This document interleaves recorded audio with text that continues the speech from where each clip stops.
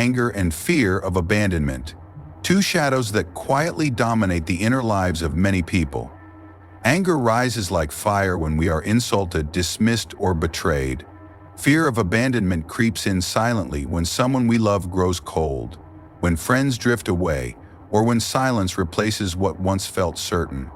Both forces reveal the same truth: our peace is fragile because it rests on what others do, not on what we choose. Consider the first situation. A partner suddenly withdraws without explanation. The conversations grow shorter, the texts arrive slower, and eventually silence replaces warmth. In those moments, anger brews. Why won't they speak? Why treat me like this? While fear gnaws beneath the surface. Are they leaving me? Was I never enough? The uncertainty becomes unbearable, not because of what has happened, but because of the stories the mind writes in response. Think of another case. A close friend ignores your message. Days pass and the screen shows only "seen." It is a small event, yet the mind inflates it. They don't care anymore. Our bond must not matter to them. Anxiety builds, anger follows, and soon the friendship feels poisoned. Not by the absence of a reply, but by the meaning you attach to it. Now picture the workplace. In a meeting, a colleague mocks you in front of others. The room grows tense, eyes turn toward you. Pride demands retaliation. Anger insists that silence would mean weakness. Yet beneath the heat of rage is something deeper: fear of humiliation. Fear that your worth depends on the respect of the crowd. One insult becomes a test of identity. These examples are different, but they share the same pattern. Something outside of your control shifts. Silence, absence, insult, and the mind rushes to interpret. It tells you that rejection defines you, that betrayal ruins you, that disrespect erases your value.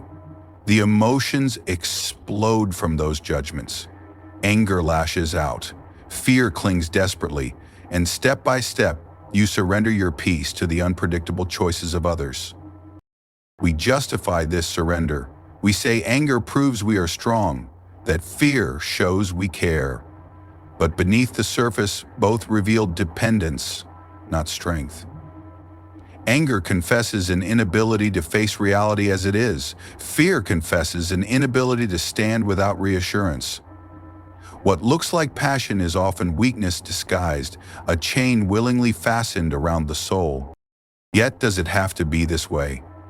What if insult did not ignite fury? What if distance did not collapse into panic? What if rejection, betrayal, or abandonment arrived and yet we remained steady, calm, and whole? This is not impossible. It requires a shift in ground, from building peace on others' actions to building it on principles no one can take away. This is where Marcus Aurelius stands apart. In Meditations, he showed that peace is possible not because others change, but because we change our stance toward them. An insult is only noise unless we decide it defines us. Silence is only absence unless we call it rejection. A departure is only change unless we declare it ruin. The event is neutral. Judgment gives it weight. That is the dividing line between enslavement and freedom. Anger and fear rest on illusions. Illusions of control over others. Illusions of permanence in what is fragile. Marcus rejected those illusions. He built his life on reason, discipline, and virtue. Everything else, praise, affection, companionship, may be welcomed as gifts, but never relied upon as guarantees. So we return to the essential question: why did Marcus Aurelius never get angry or bothered by fear of abandonment?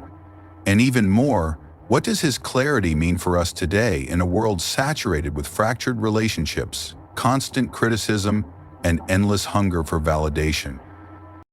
To understand Marcus' response, we must first understand the roots of these two struggles. Without examining their true causes, we cannot understand why he refused to let them take hold of his soul. Anger. Anger does not appear out of nowhere. It is born from violated expectations.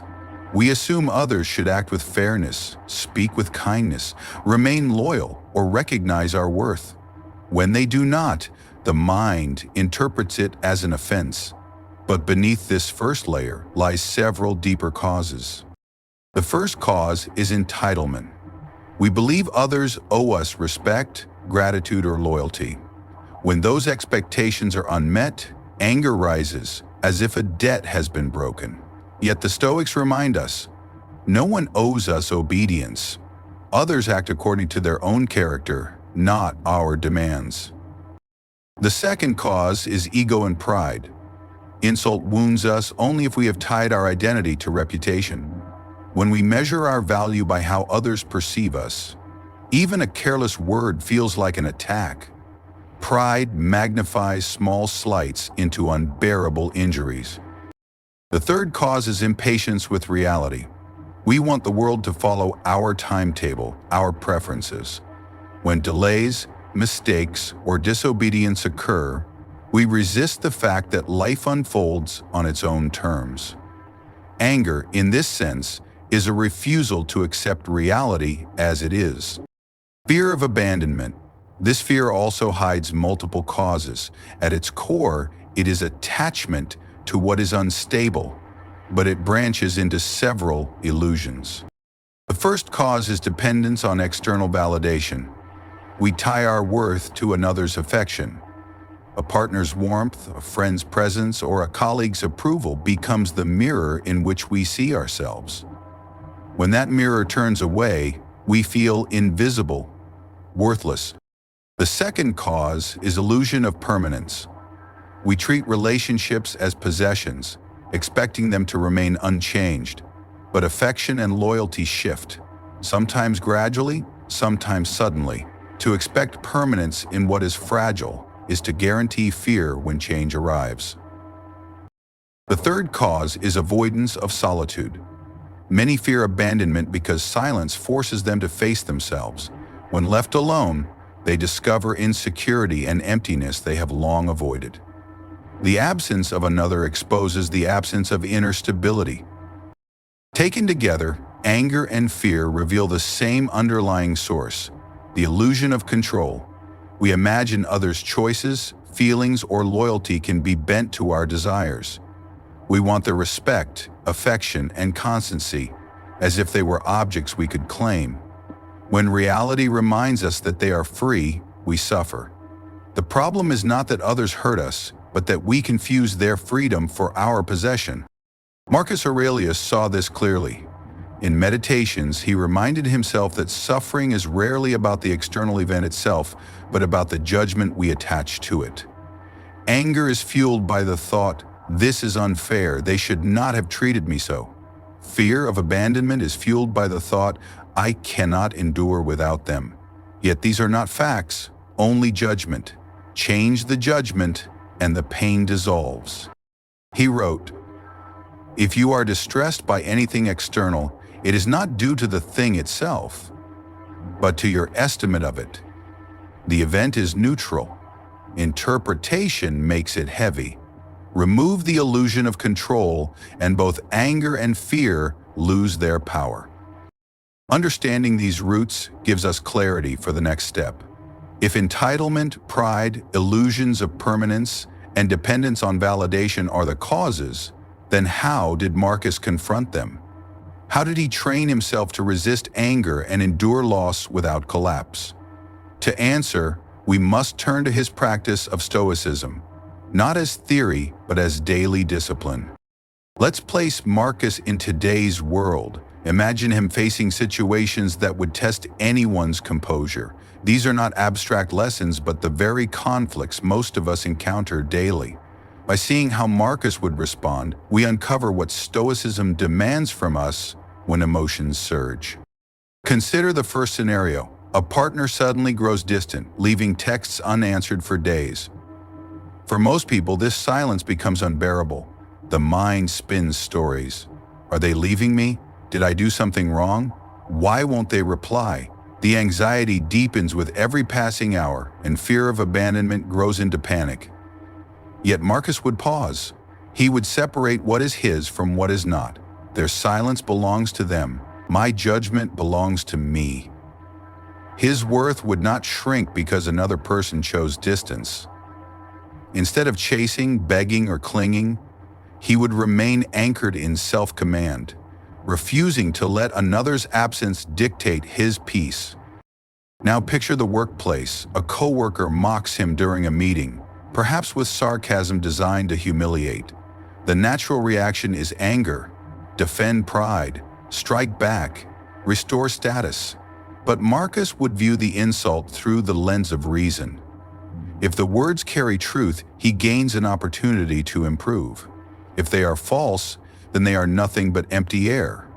Either way, his dignity remains intact, provided he does not hand it over in retaliation. To him, responding with rage would be surrender, not strength. Betrayal presents an even sharper test. A friend turns disloyal, or a trusted partner acts with deceit. Most of us collapse under the weight of such wounds, responding with bitterness or hatred. Marcus would instead remind himself, "The betrayal reveals their character, not mine. My virtue remains mine unless I give it away. Integrity is not stolen by another's corruption." Clarity replaces bitterness, because the true danger is not their disloyalty, but the temptation to let it corrupt his own soul. Extend this to modern struggles: ghosting, public shaming on social media, rejection by friends, disrespect in professional spaces. The external form may differ, but the test is the same. Each moment tempts us to anger or despair, to cling or retaliate. Marcus' response remains steady. Anger is useless, fear is a chain. The only territory fully under command is judgment, conduct, and alignment with virtue. That is where freedom is preserved. Seen this way, Stoicism is not a call to numbness or withdrawal. It is a call to strength, the strength to remain steady in situations where most would collapse into reaction. Marcus's example reminds us that modern life, with all its noise and instability, still offers us the same choice: to live as captives of emotion or as free beings guided by reason. This prepares us for the next question. If Marcus could stand unshaken amid silence, insult, or betrayal, what foundation made such calm possible? What principles allowed him to separate himself so clearly from the chaos around him? To answer this, we must turn to the heart of his philosophy, the Stoic conviction that virtue alone is good, and that everything else depends not on possession, but on perception. At the heart of Marcus's Stoicism is a radical division: what is within our control and what is not. This principle is simple in language, but severe in practice. Our own choices, judgments, and values belong to us. Everything else, other people's words, feelings, loyalty, or betrayals, lies outside. Peace depends on never confusing these categories. The moment we mistake what is external for what is ours, freedom is lost. This principle exposes the roots of both anger and fear of abandonment. Anger arises from violated expectations. We assume people should treat us fairly, speak respectfully, remain loyal, and recognize our worth. When they do not, the mind calls it injustice. But deeper causes lie beneath. The first cause is entitlement. We believe others owe us gratitude or respect. When those debts remain unpaid, we flare up. Yet the Stoics remind us, others act from their own character, not from our demands. The second cause is ego. Insults wound only when our identity depends on reputation. If our self-peace rests on how others perceive us, even careless words feel like attacks. Ego magnifies what should remain small. The third cause is impatience with reality. Life unfolds with error, delay, and difference. Anger often reflects refusal to accept that others will fall short. It is rebellion against the obvious fact that the world does not run according to our script. Fear of abandonment also hides several layers. On the surface, it is attachment, but underneath are illusions. The first cause is dependence on validation. We build identity on another's affection, their approval becomes the mirror of our worth. When the mirror turns away, we feel erased. The second cause is illusion of permanence. We treat relationships as possessions, expecting constancy in what is fragile. When affection changes, fear rises, not because change is unnatural, but because we refused to accept its inevitability. The third cause is avoidance of solitude. Many fear abandonment because solitude exposes the self. Left alone, insecurities surface. Instead of facing them, people cling to others, mistaking presence for stability. Both anger and abandonment therefore stem from the illusion of control. We imagine that others' choices, loyalty, or emotions belong to us. When reality denies this, we suffer. The pain comes not from the external event itself, but from our demand that it be otherwise. Marcus Aurelius saw this clearly. In Meditations, he reminded himself that harm is not in the insult, betrayal, or absence, but in the judgment. This is unfair. I cannot endure without them. These are not facts, they are interpretations. Change the judgment and the sting dissolves. For Marcus, virtue was the only true good, to live justly, wisely, courageously, and temperately. That alone was within his power. Everything else, even love or loyalty, was secondary. To lose them might cause pain but not ruin. What ruins a person is loss of virtue. Anger erodes it by replacing reason with rage. Fear undermines it by chaining freedom to dependency. Refusing both keeps the soul intact. The implication is sharp. Suffering is never imposed from outside. If someone betrays you, that betrayal belongs to them. The belief "this destroys me" belongs to you. If someone abandons you, their absence is external. The belief "I cannot endure without them" is internal. Because judgment lies within control, freedom is always possible. This does not mean indifference to people.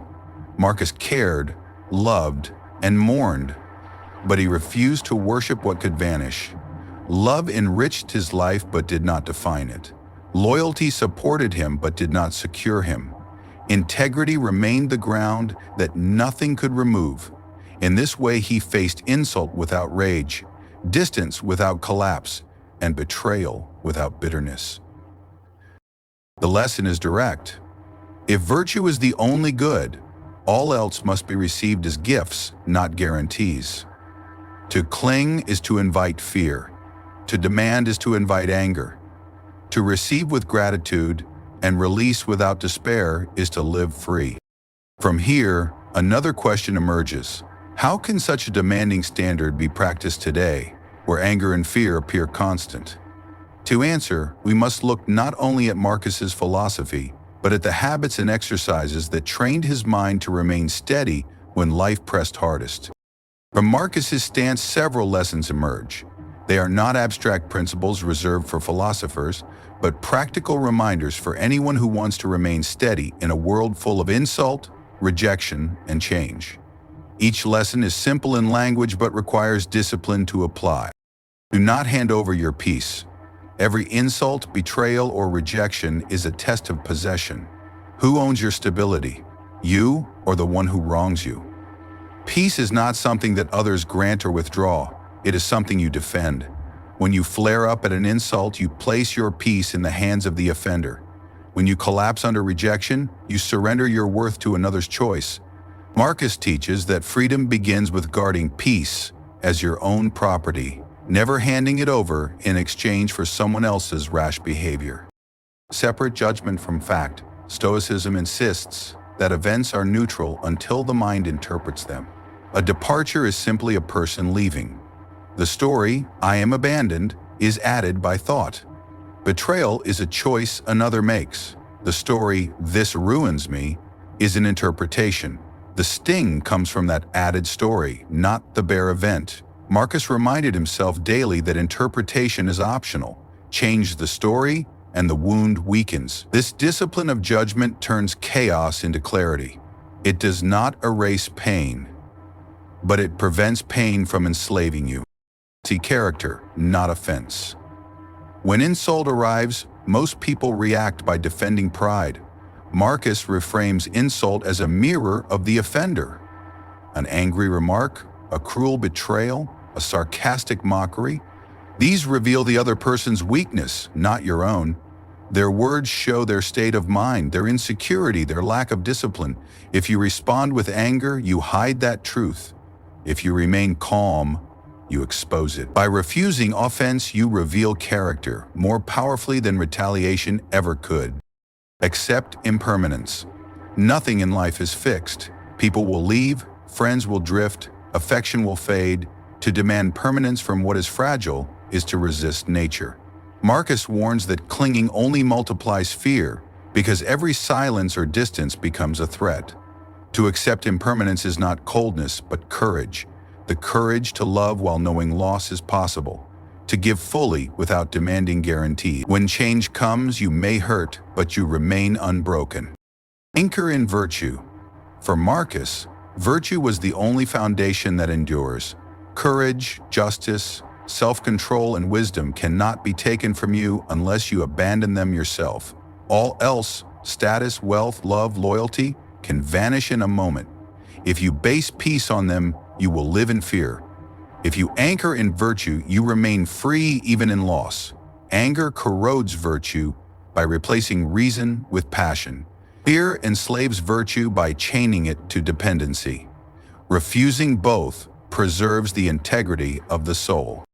Taken together, these lessons reveal a sharp truth. Suffering is rarely born from insult, betrayal, or absence itself. It arises when we judge those events as unbearable. If judgment is within our control, then peace is never lost unless we surrender it. The enemy is not the event, but the false belief that the event dictates our worth. The practical consequence is urgent. Every day, ordinary life presents tests. The driver who cuts you off, the coworker who mocks you, the partner who grows distant, the friend who turns cold. Each moment whispers the same question: will you hand over your composure, or will you keep it? Marcus would answer that freedom lies in keeping it. These lessons prepare us for the next step. If anger can be dissolved by separating judgment from fact, and if fear can be dissolved by accepting impermanence, then Stoicism is not speculation, but training. It is the daily exercise of aligning thought with reality until calm becomes habit. And so the inquiry moves forward. What practices allowed Marcus to apply these lessons, not just in thought, but in life? The answer lies in the disciplines of Stoicism: writing, reflection, and constant reminders that turn philosophy into resilience. In today's world, Marcus's lessons are more urgent than ever. Relationships are fragile, accelerated by the pace of technology. Ghosting replaces conversation. Silence takes the place of explanation. Social media magnifies insult, where a careless comment can reach thousands in seconds. Fear of rejection becomes constant, fed by endless comparisons, likes, and digital approval. Anger thrives in workplaces, in households, and in the anonymous arenas of online debate. The same forces that once tested Marcus now test us, but with far greater speed and intensity. Applying Stoicism therefore requires deliberate practice. Knowing the principle is not enough. Habit must be trained. Marcus did not write meditations for an audience. He wrote them as reminders to himself. In the same way, we must rehearse these truths each day, carrying them into texts, conversations, and conflicts that would otherwise capture our peace. When ignored or abandoned, remind yourself, their presence is not my possession. My worth does not depend on their loyalty. The common response is chasing, pleading, or spiraling into despair. But every desperate reaction gives away control. The Stoic response is to turn back to what is truly yours: your work, your conduct, your character. Absence may sting, but it does not define you. The ground beneath you is not another's presence, but your own integrity. When insulted, pause before reacting. Ask, is it true? Then let me improve. Is it false? Then it is nothing. This simple pause removes the poison from insult. Most people treat offense as a demand for retaliation. Marcus would see the trap. Retaliation chains you to another's anger. By pausing, you reveal mastery of yourself. Their insult fades into noise while your reason stays intact. When betrayed, do not allow bitterness to become a second wound. Betrayal cuts deep, but how you interpret it determines whether it poisons you. The Stoic principle is clear. Their action reveals them. My action still reveals me. To answer betrayal with rage is to chain yourself to the betrayer. To answer with discipline is to stay free. What matters is not whether betrayal happens, but whether it corrupts your own character. In relationships, Marcus's wisdom applies with particular force. Love without clinging. Care without demanding permanence. Give fully, but never under the illusion of control. This does not mean indifference, it means freedom. If affection is received as a gift, not a guarantee, then its loss may wound, but will not ruin. To love with open hands is to honor the other person's freedom while protecting your own. The storms of modern life make these practices essential. A text left unanswered can feel like abandonment. A heated online debate can spark fury that ruins an entire day. A friend's silence can trigger fears of worthlessness. But Marcus's reminders still hold. Separate judgment from fact, anchor in virtue instead of approval. Refuse to confuse another's choice with your worth. By repeating these disciplines, you build space for calm even in the middle of noise. Marcus shows us that sovereignty of the soul is possible even in this era of speed and pressure. His lesson is not that peace is found by escaping the world, but that peace is guarded by clarity within it. Insults, absences, and betrayals will always come.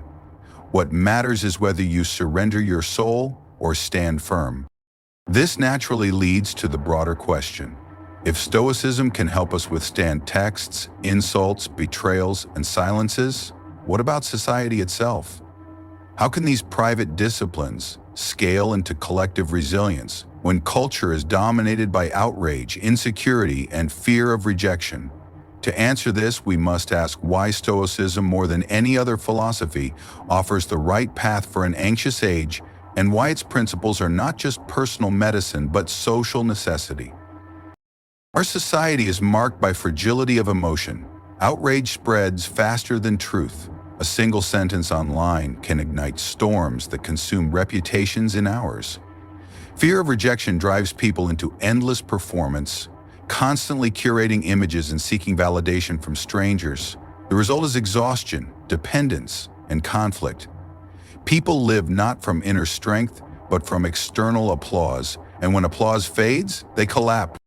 Stoicism offers a cure. It does not deny emotion, but disciplines it. It does not promise control of the world, only mastery of self. In an age where external approval feels like survival, Stoicism restores independence. In a time when anger is mistaken for strength, Stoicism restores clarity. It teaches that emotion need not be erased, but guided, that strength is measured not by volume of outrage, but by composure in the face of provocation. Marcus Aurelius embodies this path. He shows that peace is not found in manipulating others, but in mastering ourselves. Freedom is not in clinging to permanence, but in accepting impermanence. True power is the ability to walk away calm, even when abandoned, insulted, or betrayed. His writings are not lofty theory. They are reminders, written in the middle of pressure and conflict, notes to keep his soul intact while the world pressed against him. For a society drowning in anxiety and rage, Stoicism is not just philosophy, it is survival. Its lessons speak directly to modern problems. Consider the culture of outrage. People are trained to react instantly, to reward anger with attention. Stoicism interrupts this cycle. It says, pause, examine the judgment, and refuse to hand over peace. If outrage is contagious, calm can be too. A single person who refuses escalation exposes the futility of collective rage. Consider the epidemic of validation seeking. Social media thrives by tying worth to approval, teaching us to measure value in numbers.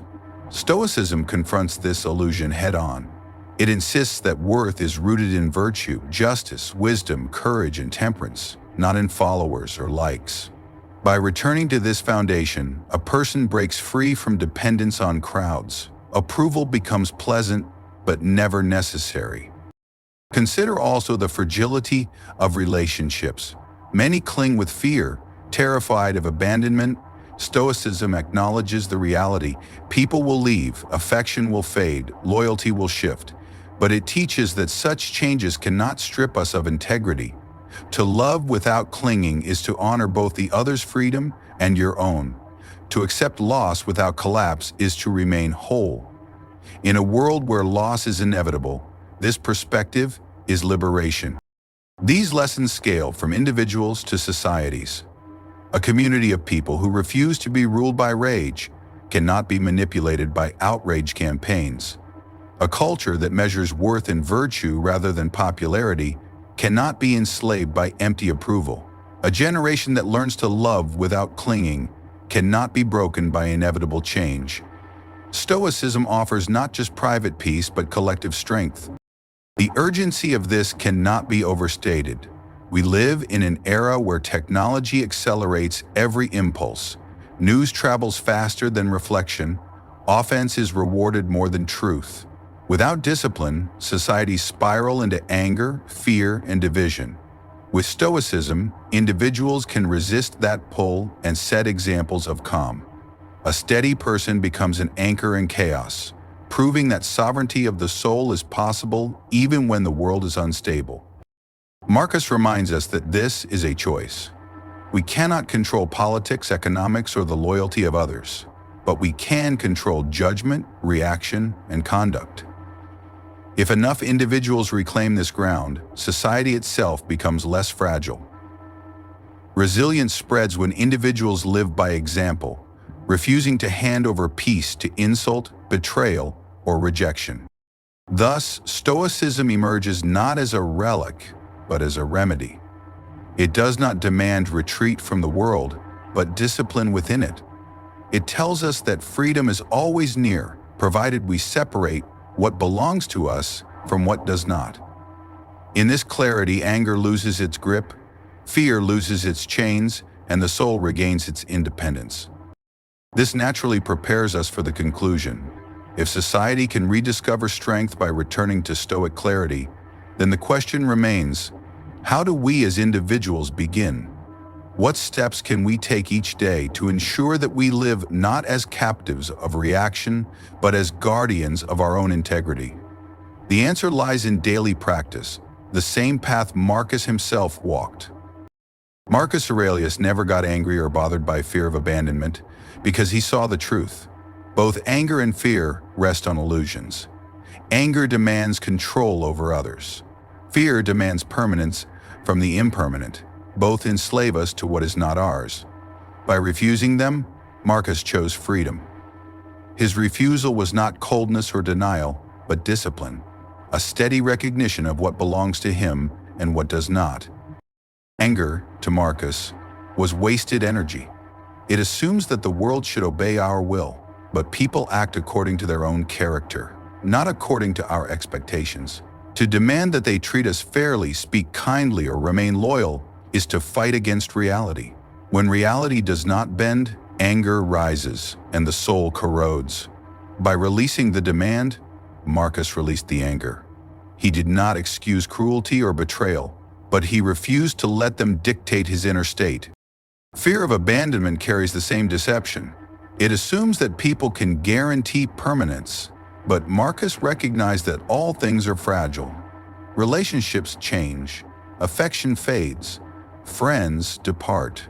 To expect otherwise is to chain peace to what cannot be secured. Instead, he loved without clinging. He cared deeply, but without illusion. When loss came, as it always does, he endured it without collapse. His strength came not from avoiding grief, but from refusing to let grief destroy what remained within his control. For us, the lesson is simple to describe but difficult to practice. Guard your peace, Do not hand it over in exchange for insult, betrayal, or silence. Anchor yourself in virtue, justice, courage, temperance, and wisdom, because these are the only possessions no one can take. Accept what is beyond control: the choices of others, the shifting tides of fortune, the passing of time. Love freely, but without clinging. Face insult without anger, and endure loss without despair. This is not withdrawal from life. It is the deepest engagement with it, living without chains, loving without fear, and standing unbroken in a world that is constantly shifting. The practice of Stoicism does not make pain disappear, but it changes its weight. Anger becomes unnecessary noise. Fear becomes a temptation resisted. Peace becomes a discipline, something guarded moment by moment. Each day offers chances to practice. When someone ignores you, when a colleague disrespects you, when a friend grows distant, in these moments you can choose: surrender to reaction or stand firm in clarity. The final choice is always ours. We cannot command loyalty, we cannot silence insult, we cannot prevent distance or betrayal, but we can always choose our response. That is the ground of freedom Marcus never surrendered. And in that choice lies the secret he lived by: serenity unbroken, freedom unshaken, a life rooted not in control of others, but in mastery of the self. But this prepares us for the conclusion. If Marcus could stand firm against anger and fear, then so can we. The challenge is daily, but the path is clear. Freedom does not wait for perfect conditions. It begins the moment we separate what belongs to us from what does not, and live by that clarity.